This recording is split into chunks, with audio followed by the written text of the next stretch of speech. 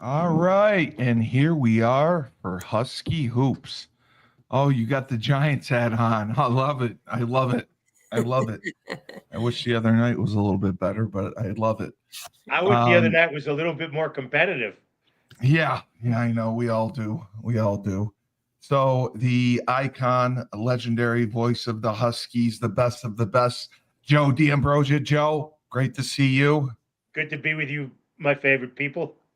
And UConn legend and Western Connecticut State University head coach with a big rivalry game tonight, Maria Conlon. What's up, fellas? It's my favorite part. Game against Econ Westcon. Yeah, big game tonight. We had one of those like notorious joking around, like not taking everything serious practices yesterday, and I had to like lose it halfway through. You know, I feel like that just always happens with kids nowadays. It's like, their inability at times to like I can't resonate with that. Like I'm so locked in all the time. And I'm not saying that I'm not like lighthearted, because I am. But like I've been seeing red for like 3 days getting ready for this. You know, these kids are seeing pink. I don't know. What does that Maria Conlon look like? Because we've never seen that. Well, to me, it looks you have like when I'm locked in, I'm like, I'm here. Right? No, I mean angry. I mean angry, pissed. Oh man. You know, it's very rare. It takes a lot. It really, really takes a lot. Like my 2 assistants that I have maybe seen it like 2 other times. And I didn't like lose it to that point yesterday. Yeah. But I pulled one of those like, should we just go home, guys? Like an hour in, like, oh, I like that. You know, like, but what's the point of this? Like, let's just, if we're gonna roll the dice today, we may as well roll the dice tomorrow, you know? Because see what happens. Like my frustration now, which I didn't necessarily have as a player because it wasn't me doing it, is I did like 7 hours of film for this, right? Like to prep them. So that's like 7 hours in addition to all the hours that I'm spending away from my kids and my family. And these kids are joking around. It drives me batty. But I don't blame you. Good for you. We finished strong, you know, yesterday. And it's not all the kids, right? And like I said yesterday, I said, listen, I'll ride at dawn with the 6 kids that are gonna be locked in. I don't care if you dribble it off your foot or you can't hit the side of a backboard. I'm going to ride with the kids that are going to take it serious. So yeah, good for you. Good for you. Yeah. Well, I know it's the most frustrating thing of all when they act like that. Well, and the flip side is seriously. Like, I don't know if you've seen this, Joe, with like, you know, going to a practice before a game and getting kind of like a preview is like, sometimes we'll have the best practice and we play like absolute garbage the next day. Oh, absolutely. You know, and sometimes we'll have the worst practice the day before and we come out and we play great. So it's like, you don't really know. Yeah, it's you like don't know a baseball pitcher who does his bullpen before the game and has nothing and then goes out and pitches a 3-hit shutout and strikes out 12. You know, one doesn't always, sometimes it does, but one doesn't always indicate how the performance is going to be. So So Maria, you called the women's game last night against South Florida and fairly accurately a 30-point win. And unfortunately, they have to play DePaul coming up on Sunday, but Sue Bird's jersey is being retired. That's exciting. Yeah, I mean, listen, I'm not overdue. I'm not like a savant for being able to call that a 30-point or more victory. So I'm not even going to give myself credit for that. That's just common sense. And I think it's going to be even worse on Sunday, to be honest. Oh, I know. DePaul. So interesting scoop for you guys on DePaul. So a kid that I coached at Notre Dame, her dad actually is one of my assistants. So Ajanique Mayo is at DePaul. And she's one of their better players. She was like all rookie team a couple of years ago in the Big East. She's out with what they think is a torn meniscus. And I think she's like Yeah, so they're going to be even worse. I was going to go up on Sunday just to see her, but she's not traveling now. And after getting back from Southern Maine at like 1 a.m, I'm just Hmm. not going to make the trek up for the 50-point blowout. I'm just not doing it because that's Yeah. exactly what it's going to be. So, I don't blame you. yeah. No, I know. Was there anything from last night? I mean, that stood out? I mean, AZ played great as usual, but it was typical dominance. I actually AZ did not shoot the ball well last night. I don't think she made a three. Am I wrong No, about she that? I did don't. not. She did not No, make 0 any. for 4. Yeah, Yeah, that's got to be like the first game in a while where she's gone over. I mean, I've seen her go over and a half, but over in a whole game. I mean, she probably only played 20 minutes, but that's rare to see her go over behind the arc. Besides that, I thought she played well. Especially healthy. You never see her do that when she's healthy. Yeah, and obviously she had good looks. Sarah was Sarah. yeah, Ashlyn Shade played a little bit better, and then Blanca off the bench played well. yeah. She's been So coming along nicely. yeah, Heckle wasn't bad. Did she even miss a shot? I don't remember seeing her miss a shot. She was 4 or 5. She Yeah, missed there we one go. shot. So I mean, I'm sure if you look at the box score, I didn't take like a full look at it, but I don't think she lit up the box score, but I thought she played better than Nope. she has the last few times. But yeah, I mean, listen, they had what four kids in double figures, pretty standard in a game like that. I'm surprised it wasn't more, to be honest. But yeah, I mean, there's really not much to say after that type of the game. That type of a game. Everybody, for the most part, everybody played, which was good. Yep. Yep. They got done what they needed to get done. Yep. And they have DePaul before they have South Carolina, USC, who they will handle, as you said, because of their roster, obviously. And I think that they're going to continue to roll. Right, like you said. I mean, there's a chance they could go undefeated this year, and rock and roll, and that would be wonderful. And with the talent that they have, with the talent that they brought in, it's amazing to me how they continue to get better and better, and I hope it continues. And like you said, it's just the tip of the iceberg. We haven't even seen their best. Joe, what did you think? I didn't get to watch much of the game because I had a event in downtown Hartford last night. But every time I looked up, it was 10-2, 20-4. Yeah. Look, it was typical. I mean, UConn, as much as we love Jose Fernandez, who was honored at halftime, who will be Paige Becker's new coach next Right. year, as much as we love Jose, UConn whacked them when he coached them, and they whacked them last night. And the ball game will be much of the same. I mean, the big thing Sunday will be Suzanne getting her Yeah. jersey retired, which is incredibly well deserved. I just think Gino's trying to find the pieces to the puzzle. I mean, again, no Ice. She's been out. Right. El Alfie played 12 minutes and was a +2. Grabbed 4 rebounds.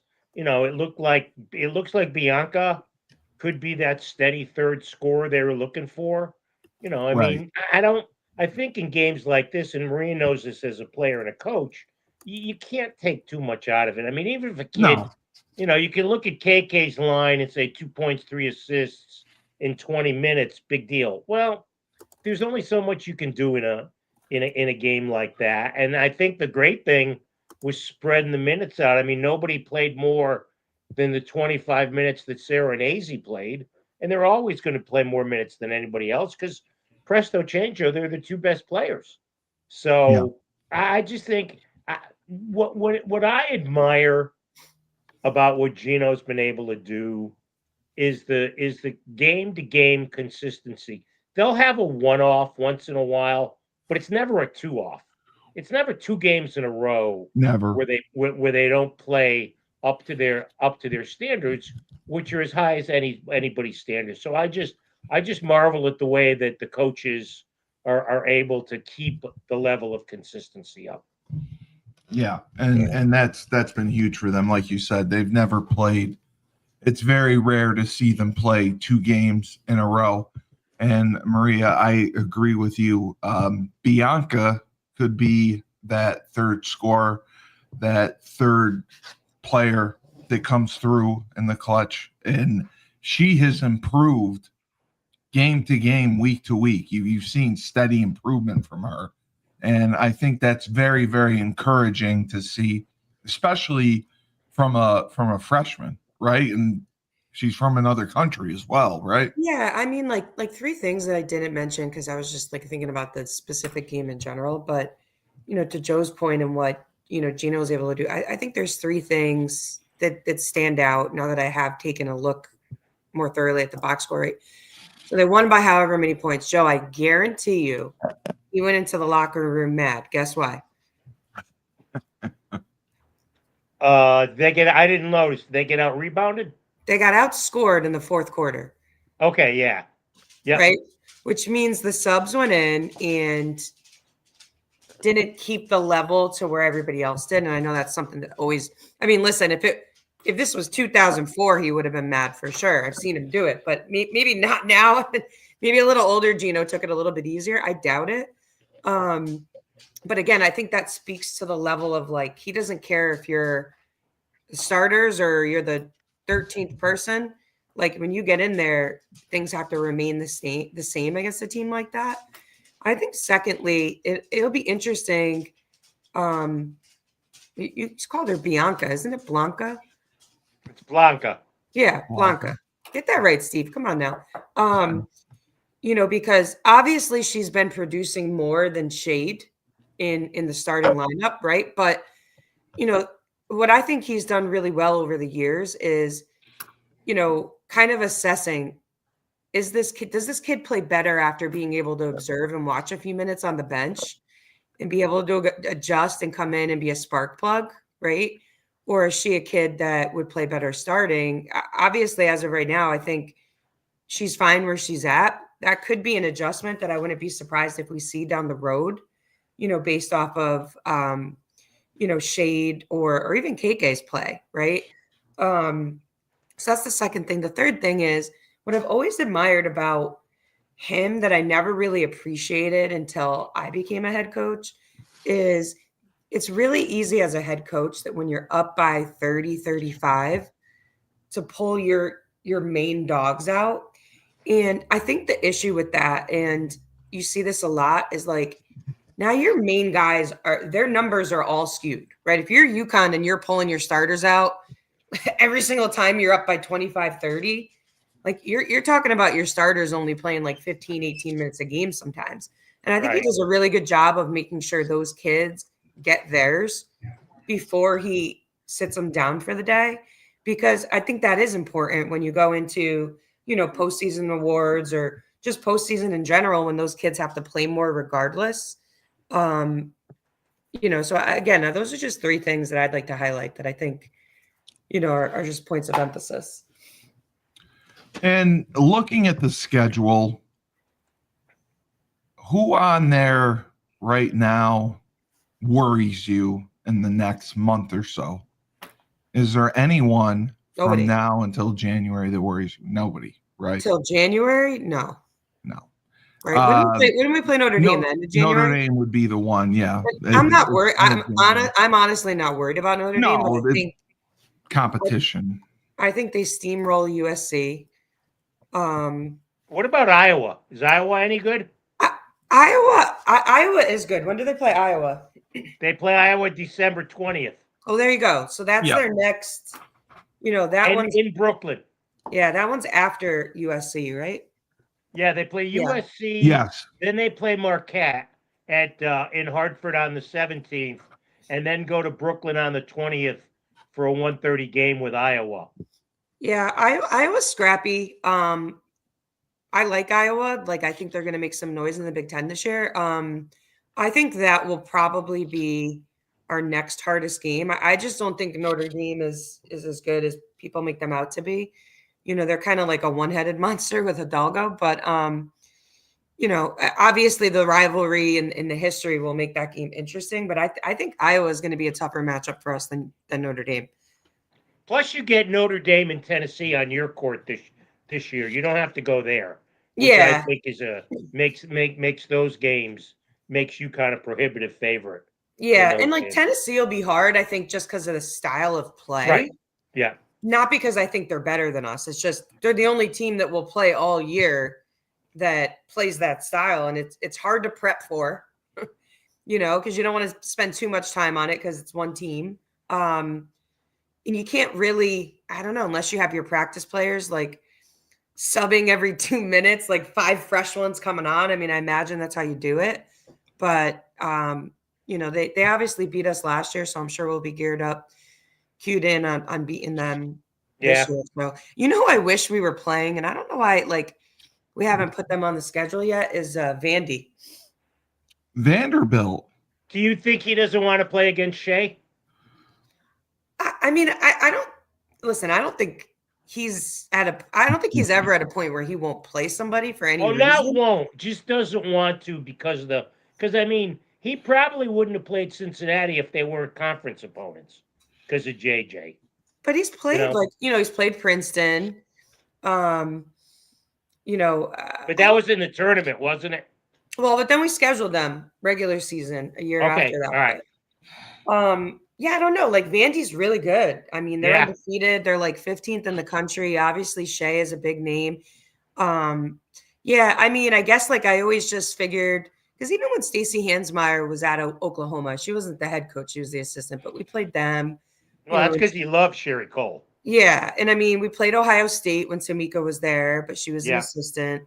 I don't think we ever played GW when Jen was there. No, but he played. Did he play Hartford? I don't think he played Hartford. Yeah, no, I don't think so either. Unless they saw each other in the first round of the tournament, I don't remember. But yeah, no. But I just from a standpoint of I think that they got some young studs on that team, and I think they're really good. So take Shea out of the mix. I wish we were playing them. I think they're going to be at the top of the SEC this year. So just from a competitive standpoint of a team we might see in March or run into. I would have loved to see that. Obviously, I think everyone. Yeah, that would have been a good game. Yeah, and I think everybody would love to see Shea back. So maybe down the road, but yeah. No, I agree with you. I would have loved to see him play against Shea and Vanderbilt and anyone in the SEC, because I don't think we have anyone in the SEC on the schedule. But Tennessee's an SEC school. And South Carolina, no, they don't play South Carolina this year. So Tennessee, right? And looking at the men's game, Joe, we talked about the big win they had against Illinois. What were your thoughts on that one? 74 to 61. The Illinois win is like a home court win. You won at Kansas. You won with so many players having miserable games. And you won because your two kids got their feet wet in a big time environment and didn't shy away from the moment. And Caravan, who was miserable in the first half, played a really, really good second half. Look, Kansas was missing their best player. UConn was missing one of their best players. So that's a wash. Okay. The fact that when UConn was down 8 in the first half and the building was rocking and they didn't let the game get away from them, I think that's a real good sign going forward. And look, the Mullins kid, he looks like the real deal. I mean, you don't want to make assumptions off of one game, but boy, he played with a lot of poise. And look, this is going to be sacrilegious, and I don't care. But at this point in his freshman year, Eric Ryba is much better than Donovan Clingan was. Much better. Yeah, he is really stepped up. And I don't think anyone was expecting to get 20 to 30 minutes a game out of him. And he has been playing well ever since the season began. And he's another one who looks like he's improved week to week, game to game. He's given a lot of production and especially with Reed and the injury that he's dealing with. I know they tried him against Illinois. He didn't do much. They pulled him, and they did not play him against Kansas. But that was a huge win to go out there and beat Kansas at Kansas. Maria, what were your thoughts? Yeah, I agree. I agree with Joe. It was good to see Mullins.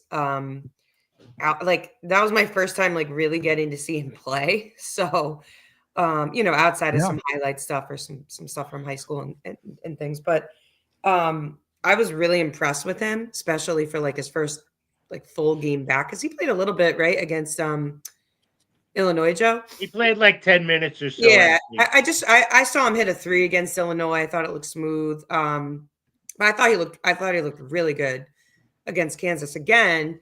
Being out there, tough environment. I was really impressed with him. I think the only thing I remember looking at some of the live stats and just thinking like, I think we had like 13 turnovers, 12 assists. Like that was really it. Like if I had to nitpick, outside of that, I thought we played really well on, with all things considered, like Joe said, with people like people picked up the slack for guys who had either off halves or off whatever. I thought it was an all around really, really good game. I mean, we had a bunch of people in double figures. Yeah, no, we did against Kansas. We had a bunch in against Illinois for sure So as I think well. that's good. I mean, Caravan played better in the second half, but still like a little bit dismal shooting wise. Yeah, 4 for 10. I would agree. Yeah. It's sacrilege. He was 4 for 8 in the second half. Yeah. You know what? I'm starting to question. I think some of their 3-point decision making is horrendous. You got Demery, you got Smith, you got Stewart, who I'm about to close the book on, to be honest with you. And you got Ross. You gotta use your head when you're taking these shots. Not every 3 is a good 3. But look, I think one thing that's got to be addressed is what's up with Terrace Reed. Now, this is a different injury. This isn't the same injury. This is an ankle. I think the Right. other thing was a foot or something like that. Right. Did they bring him back too early against Illinois? Probably. It looked that way. Yeah, it definitely looked Probably. that way. Yeah. And with Rival playing that way, you don't have to do that. It's you can't afford him being in one game and out the next. That doesn't do you any good. Yeah, I thought the same thing. He didn't play much against Illinois either. So 15 minutes. Yeah. Yeah, I mean, He not even didn't half look a game, but- comfortable out there. No, he didn't. And I think to Joe's point, like we right now, I don't think we're shooting the 3 that well. I mean, if you look at Illinois and Kansas, I mean, we're shooting what, like 17 for 50 something. Right, which is less than 33%. So Yeah. So I do think that part of that is the when and the where of like in the flow of the offense that we're shooting some of these threes that are just not more in flow. Like we've always been a team after the ball moves, we get some dribble penetration, we get a kick out from a big. Those are great threes to shoot. Some of these other ones that are rushed are just unnecessary. It's like just get downhill or pound it in the post. right. Yeah, Right. I agree. 7 for 26 against Kansas was not as productive. Joe, what have you thought about Solo Ball? How he's been playing? He kept him in the game in the first half. I mean, that's what I thought. He carried him. He had been in a bit of a slump, but he played better against Illinois. And if it wasn't for him, they might not have had the chance to make the comeback because he was the only guy scoring early. I like that he seems to me, and I don't know what you think, MC, but to me, he doesn't force very rarely does he force a 3. He takes them pretty much in the rhythm of the offense. Yep. Sometimes I think Caravan will force a 3. God knows Stewart forces 3s and Malachi Smith and Demery. That triple-double against Bryant didn't mean much last night at the Fog because he played like he was in a fog for most of the game. But I just don't. I just don't like some of the threes. It's kind of like watching the Celtics, and I don't like the Celtics, so I'm going to couch that there. But some of the threes they take are just you scratch your head, and I think that's the way with the UConn men. Yeah. Maria, do you agree? The same thing? Yeah, and I think one other thing, with the Reed injury, even though him and Alex don't play the same position, I think Alex is having to pick up more of the minutes slack there, which is not good long term for Alex because I don't, I'm not saying he can't play 38 minutes a game. I think he can, but I don't think he's as efficient without a couple of bouts of rest Yeah, in between totally there. agree. Yeah, he's not And you're effective. forcing him to play a little bit out of position at times when he's playing that long without Reed in there to carry a little bit more of the load from a rebounding perspective. So, yeah, I think the Reed injury is the biggest thing that is scary right now. And listen, I was always ankles, I was never knees. Thankfully, I'd rather have an ankle injury than a knee injury. But from a rehab and getting back to full speed perspective, basketball is one of those sports where, if your ankle doesn't feel 100%, it's really hard, especially at that level, especially when he's trying to play above the rim. You got to really, really make sure that thing is completely healed, I think, before you throw him back out there. Because you're always weight bearing with it. There's no break. Yeah, and think about it. These guys are jumping. They're jumping high. Now you're coming down. That's the big thing with basketball is you're exposing your ankles to anything underneath you when you leave the ground, right? So unlike a lot of other sports where you don't really, football, you twist an ankle, it's kind of but you're not jumping up necessarily every single play and having to play above the rim. So, you're really exposed there. I think you really got to make sure that it's healed so we can get him back into the fold, which in turn I think alleviates some pressure from some other guys, specifically Caravan. Absolutely. And Joe, you brought up Demery. He hasn't had the best shot selection. He hasn't had the best production. And obviously it's still early. We're still playing some tough non-conference opponents. Do you see him coming around eventually? Oh yeah, yeah. This is just. I mean, he showed he's got the skill set. I think foul trouble is a big problem for him because he plays defense with his hands, not with his feet, like a lot of them do. But yeah, I don't see him being an issue going forward. I think he will. I don't think he's Tristan Newton, but I don't think he's Aiden Mahaney either. Aiden Mahaney. Maria, what about you with Silas? Do you think he's going to come around? Do you see him developing as the year goes on? I mean, I think this was the first question that I posed in the beginning, Joe, right? Was who's going to be that point guard role? And I think, Ball's had to do a little bit of it, and I think he does it fine, but he's better when he's off the ball. Yes. So I do think that he's got to figure it out a little bit. Again, we don't need him to score 20 a game. No. We just need him to not take dumb shots and run the offense and get people into the pockets where they're comfortable, where they can score, which, outside of last year and this year, I really felt like we've had point guards for years and decades now that was their role, I bring it back to my years there. If you look at a Talik Brown, I mean, he was a juggernaut on defense. He wasn't going to score 20 a game. Here and there, he'd give you 12, 10 to 15. But that guy ran the freaking offense, and he distributed. And I'm not just saying he also gave you the hockey assists, the pass that gets to the pass for the shooter, right? This quick rotation of the ball. I think that if he focused on that type of play in that role, he would be better. Yeah. And I think the team would be better. So I think I'm still, I said that in the beginning. That was the one thing for me that I just, again, this year felt like we were missing a little bit. And it we're giving him time. I mean, obviously it's still early, but I think he's got to figure it out sooner rather than later. Cause they got Florida coming up. They got Texas. Yeah. And what I've noticed with him, Joe, I don't know if you feel the same, is that he's not as great under pressure as we've seen some other point guards over the years. I think he rushes and he plays a little bit like fast. And the offense that they play, which is so strategic and there's constant movement, you gotta think fast but react a little bit slower, if you know what I mean. Totally agree, Maria. Yeah, you gotta Totally see agree. it, but slow your body down a little bit. Like you don't have to pass and see at the same time, I think when the game gets hectic, he gets frantic. That's my point. Like, and a lot of that is like under pressure. And I think teams are, especially the good Picking teams up like on it. Florida and the Texas, like they're going to zone in on that. Right. And they're just going to try Yeah. to speed him up and hope that he turns it over. And it's not even the turnovers. It's not like he's turning it over 8-9 times a game.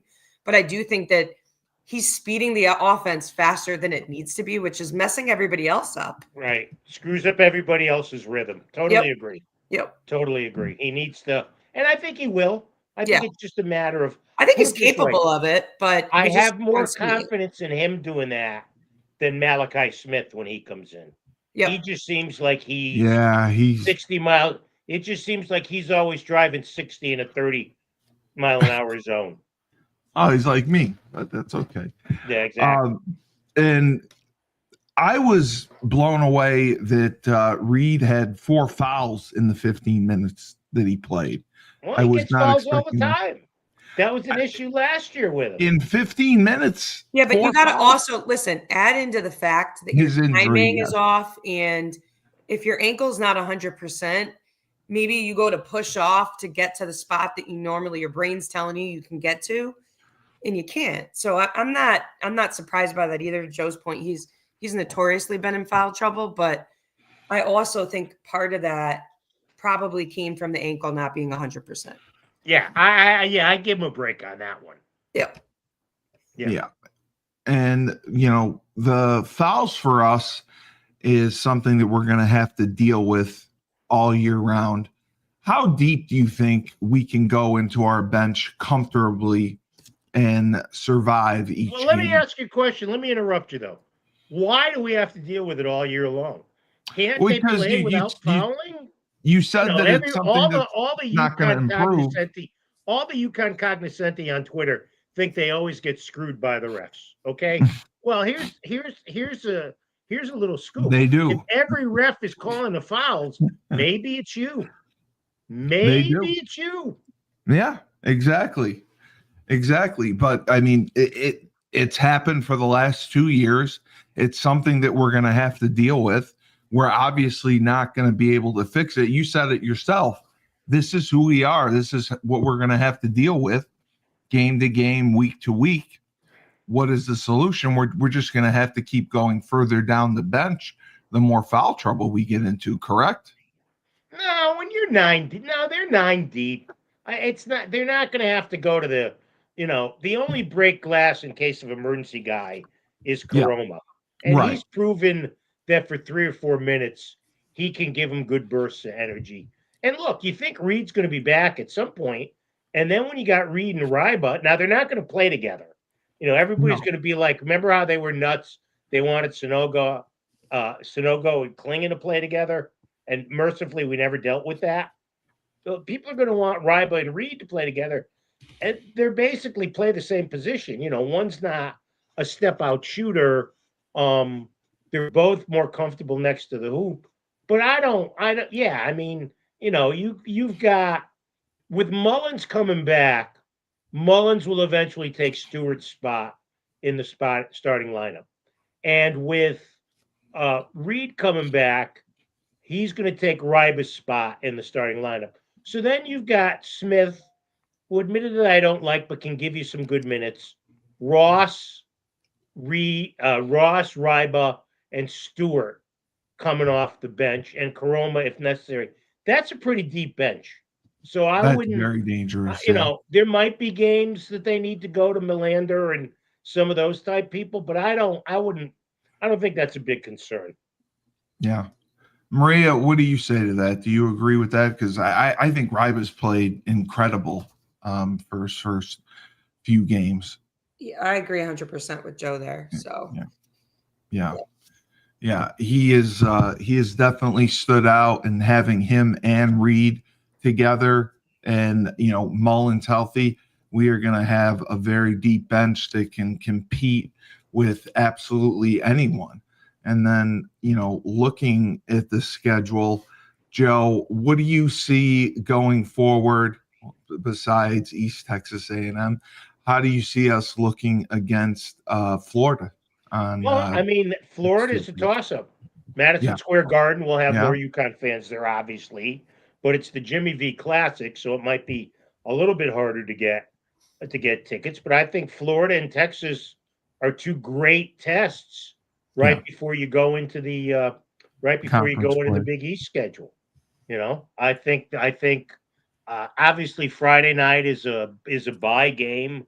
I would not even think of playing Reed in that game. I don't care if he says he's 100% healthy, and I'm sure that's what they will do, is not play Reed in that game. But I think Florida is going to be a great test, and I think Texas is going to be a really good test. So we'll see. I mean, they're playing. They mentioned this on the broadcast last night. 6 top 20 opponents in 46 days. I dare anybody else to show me another team that's doing that sort of thing. Now, they've had their share of cupcakes wound in there, of course, right? but that early portion of the schedule doesn't take away. Has been pretty impressive. Yeah, Maria, what do you think about Florida and Texas? What do you see for us there? Yeah, I mean, like to Joe's point, I mean, I think they're two well-respected, well-coached programs. I think, they're gonna come out, they're gonna play us hard. I think it's gonna be a good test for us. I think, I think we're better than both of those teams, but I could also see us, we got to play well too. Can't just be like, hey, we're better. I think that they have enough firepower, they'll be prepared enough to play us that we got to come to play those days. But I think they're great tests, obviously going into the dismal Big East schedule. At least it will give us a couple of harder games before we get on here and we have to, belabor the point of like some of these teams in the Big East are just so bad. But I love it. I love it that we're playing these teams.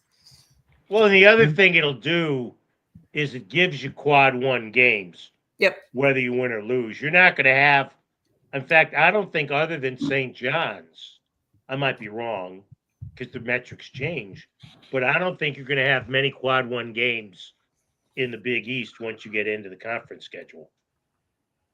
No, not at all. No, just St. John's, like you said. That's it. Just St. John's. That's it. Yep. And then for the women, we have USC, Marquette, Iowa. Obviously, do you think Iowa would be the toughest test out of those 3 games? Yes. And that'll. And listen, that's no hit on USC. They're well coached. I like her a lot. No. I think they'll come out. They'll play hard. I just don't think that they have. I don't think they have the players to beat us. We would have to really, really, really play bad, I think, for that to not be like a 20-point win. That's just me personally. And I've seen USC play a couple of times this year. They would have to play their best. We would have to play by far our worst. And the question on the men's side, Joe, I know it's day to day. I know it's a different type of injury. Do you think that we will get Reed back by Florida or Texas? Who knows? I mean, nobody, you don't know the severity of the injury. You don't know. I mean, maybe he's a kid that doesn't handle pain well. I mean, there's 1,000 variables. I think it's dangerous, Steve, to predict when somebody's going to come back from an injury, because then if they don't come back, then you don't want to say, oh, he's malingering or whatever. Sure. That's not. So I don't think it does any good to speculate on when somebody's going to come back from it. Here's the thing: when he's back, and if he's not healthy, don't play him, because if the one thing I really hate with a passion is when somebody plays and people say, well, he's injured. Well, here's the thing: if he's good enough to play, then he's not that injured. Okay. if he's good enough to be on the floor or on the field, that he's not that injured. If he is that injured, then he shouldn't be playing. So the excuse that somebody's hurt when they're playing, I'm sorry, I don't buy into that. And Maria, that's something you always preface when talking about the men or women. You always say regarding injury-free, being injury-free, we could do this, we could do that, because your health status is so important, as we've seen it change over time depending on teams losing stars. You have to stay healthy. That is number one. And then number two is being able to perform and being able to go out there and win and play your schedule. And the Big East schedule coming up, once we get through the non-conference schedule, I mean, you obviously, for the women's side, you see us rolling through that. Yeah, I mean, there's no one in the Big East that can There's beat no UConn. one. I don't even think on UConn's worst day and their best day that they pulled that off. Again, miracles happen. So I'm not, I would say a less than 1% chance that could happen. But yeah, I mean, listen, the injuries, you like to think as a coach that if you have an injury, you have other kids that step up, even if it's in committee. But I do think that when there are certain injuries on a team, those are really just hard to come back from. Like, obviously the UConn women have a couple kids where something happened to them. I think it would definitely change the trajectory of our season. I think on the men's side, it's a little bit easier to hide that. I do believe that than it is on the women's side. But yeah, I think to Joe's point, I hate that too. Like, I'm coming back and I still have in my pocket this excuse that I'm not 100%. Well, if you're not 100%, Yeah. then you shouldn't be playing. So Right. it should be a non-issue there. Yeah. And Joe, on the men's side, obviously St. John's is going to be our most competitive team, or the team that's going to give us the most competition in the Big East. Do you see anyone else? Do you see Creighton? They're not as good as they were last year. Right. I always think Marquette's a phony because I don't think he can coach. You can't. Yeah. A couple of teams are having good non-conference schedules, but to be honest, I have not looked at their schedules.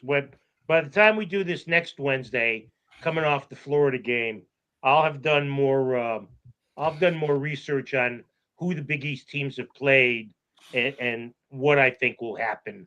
But right now, it wouldn't be. I don't know enough about how. I know St. John's hasn't played as well as Adolph No. Rupp-Pitino would have thought they were gonna. So, Um, let me just say this for a minute.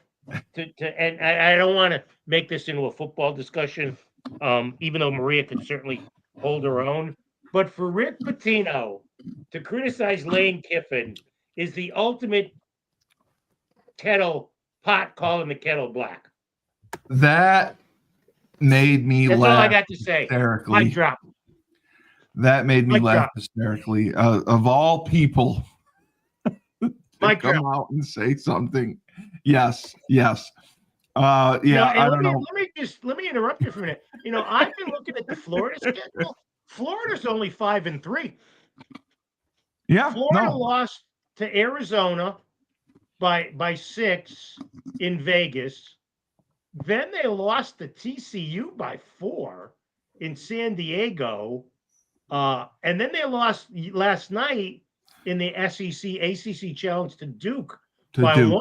So they haven't exactly been lighting it up yet. No, they have not. They have struggled to get And their UConn's footing. got the whole revenge factor in their favor. So yeah, and UConn, I mean, again, just to go to Kansas to get that victory and to get it shorthanded, I think just shows toughness, shows grit. let's hold on. I mean, I know not to anoint them. It's just one game. No. The shorthanded thing doesn't flash because Kansas was missing its best player. Right. But it's still a difficult trip for us. And with fairly new players across the board. I thought it was a good win, even though it they was were great. missing. It was a players. great win. Just don't. UConn was shorthanded. Well, so was Kansas. And Yeah. I would argue that Kansas missed Peterson more than UConn missed Reed. Willis Reed because Yeah. of rival. Yeah. Yeah, I agree with that. So, Joe, your prediction for the Florida game, you obviously think that we're going to win that game. I do. Looking at Florida Yeah. and seeing what they've done so far. Yes, I think UConn will win by safe. single digits, but they'll win. Yeah. Maria? Same. Yeah. And then the women, not really anything to talk about with DePaul. And then we'll get to USC and next week. That'll be fun to talk about. But it was a good week for both teams. Happy to see that we got some victories. Happy to see some guys play. I hope that Terrace Reed comes back healthy and happy. And I hope Eric continues to play as well as he has been. So for the man himself, Joe, are you happy or are you dissatisfied with Jackson Dart? Oh, I love Jackson Dart. Yeah. I think he's got to take a little bit better care, but he's a guy who's going to run the ball, and I think what Theo Williams did the other night was the right thing, going after the guy. And look, and again, I know we want to get this over with, but we'll talk about this next Monday. The hit on Gunnar Olszewski should have been, if he was in college, he would have been ejected for targeting. He would have been. You can't have helmet to helmet on a punt returner like that. That's all. Yes, 100%. And Joe Shane has to go. So I agree with you, Joe Shane. My main focus today is on that WestCon game. Yeah. Yes. Flow Sports, baby. Flow Sports. Yeah, you give me your login and I'll watch. I got you. 5:00. Is it streaming on the website or anywhere? It's on Flow Sport. It's on the worst sports streaming service known to man, Flow Sports. Oh, yeah. Good. I love Flow Sports. All right. Yeah. All right. I'll definitely check it out. Good luck, MC. Give him. Thank give him you. help. Appreciate it. For the icon, legendary voice of the Huskies, the best of the best, Joe D, and UConn legend, Western Connecticut State head coach Maria Conlon, who is going to go and play her rival at Eastern today. Wish her luck. I'm Steve Cully, the best podcast host in the universe. Remember, when life gives you lemons, don't make lemonade. Take 2 oranges, throw them right back at life.